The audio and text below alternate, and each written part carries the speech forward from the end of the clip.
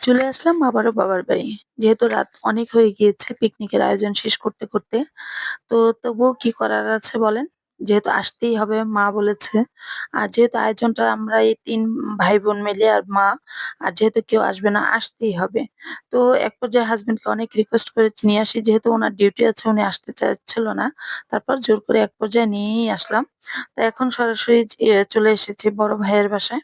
এখানে রুমে ঢুকেই আমরা জাস্ট দেখি যে আমার ভাবি ২০২৪ সালকে বিদায় দেওয়ার জন্য একটা সুন্দর আকর্ষণীয় একটা কেক বানিয়ে রেখেছে। যেটাকে উনি কেকিং পেপার দিয়ে আরকি পুড়িয়ে ফেলবে। ২০২৪ সালকে সে বিদায় দিয়ে ২৫ সালকে সে আগমন করবে। আর কেকের যে ডিজাইনটা জাস্ট ওয়াও! তো যাই হোক এই সেই ব্যাপার। আর এখানে হচ্ছে ঘরোয়াভাবেই সবকিছু করা হয়েছে। এই মেয়োনিজ বলেন, কাবাব বলেন, যাই বলেন তারপর যে কাবাবের যে মসল্লাটা, সসটা যাই বলেন মানে সবকিছু নিজ হাতে ঘরোয়া পদ্ধতিতেই বানানো হয়েছে। শুধু রুটিটা ফ্রোজেন করা ছিল সেটা আসলে কিনে আনা হয়েছে।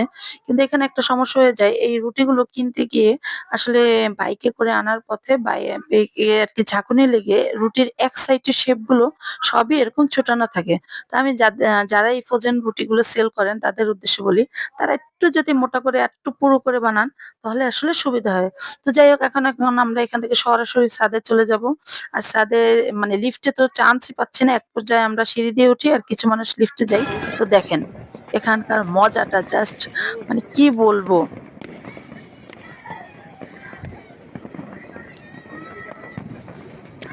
সমস্ত আকাশটা মানে আলোয় আলোকিত হয়ে গিয়েছে। মানুষের সুখ, দুঃখ যত মানে স্বাদ, আহ্লাদ, সাধনা, বাসনা যাই বলেন, মনে হচ্ছে কি পুরো আকাশের রঙিনে জলজ্বলিত করছে।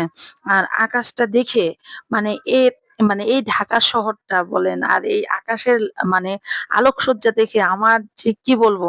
আর যেহেতু আমাদের অ্যাপার্টমেন্টটা হচ্ছে ১০ তলার, ১০ তলার ছাদে এত পরিমাণ ঠান্ডা হাওয়া দিচ্ছিল আর আমরা লিফটে চান্স পাবো না দেখে মানে তাড়াহুড়ো করে কেউ শীতের পোশাক এনেছি, কেউ আনেনি।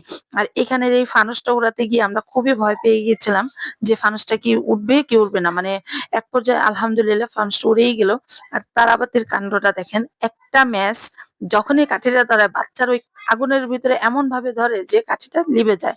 এক পর্যায়ে আমাদের এই কষ্টটা দেখে একটা ভাইয়া, ছাদের ভাইয়া বলতেছে যে, "আমার কাছে ম্যাচ লাইট আছে, আপনারা এটা দিয়ে ধরেন।" তো এক পর্যায়ে বাচ্চাদের যে কি আনন্দ আর কি খুশি এই যে আমার মেয়েটা শীতের পোশাক নিয়ে আসে নাই। মানে কি যে কষ্ট ওর মামি শেষ পর্যায়ে ওড়নার গায়ের ওড়নাটা দিয়ে দিয়েছে যে তুমি এটা গায়ে দাও।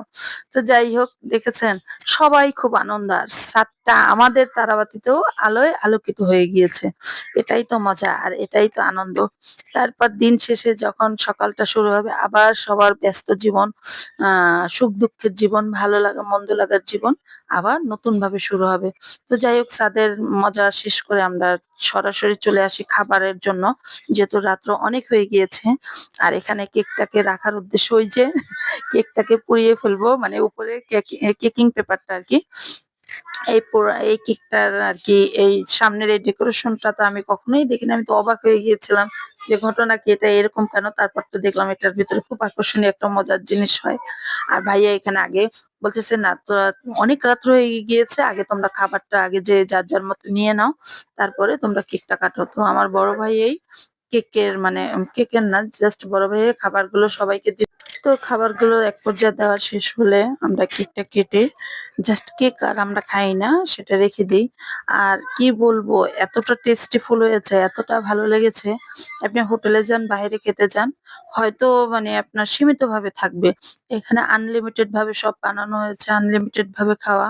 মানে কি বলবো আমার কাছে খাবারটা অনেক টেস্টি হয়েছে। বিশেষ করে মেয়োনিজটা বানানোটা অনেক মানে মুখে লেগে থাকার মতো এরকম অবস্থা। মেয়োনিজটাও খুবই সুন্দর হয়েছে। ভালো লেগেছে। আর কি বলবো দেখেন ভালো লাগা মন্দ লাগা নিয়েই তো মানুষ। আমাদের এই যে আমরা মানে এই ছোট ফ্যামিলিটার ভিতরে আমাদের যেন এভাবেই সর্বদা এরকম ভালো লাগা মন্দ লাগার বন্ধনটা থাকে। ভালোবাসাটা, আদর, স্নেহ, শ্রদ্ধা এটা যেন সবসময়ই সর্বদা থাকে। আর এই যে আমরা এখন ২০২৪ সালকে এভাবেই বিদায় দেব। ২০২৫ সালটা যেন আমাদের লাইফে সুন্দরভাবে আসে। সবার লাইফেই যেন আসে। সবাই সবার জন্য দোয়া রাখবেন। সবাই সবার পাশে থাকবেন। সবাই সবাইকে ভালোবাসবেন। তো আজকের মতো এ পর্যন্তই। তো সবাই ভালো থাকবেন, সুস্থ থাকবেন। আল্লাহ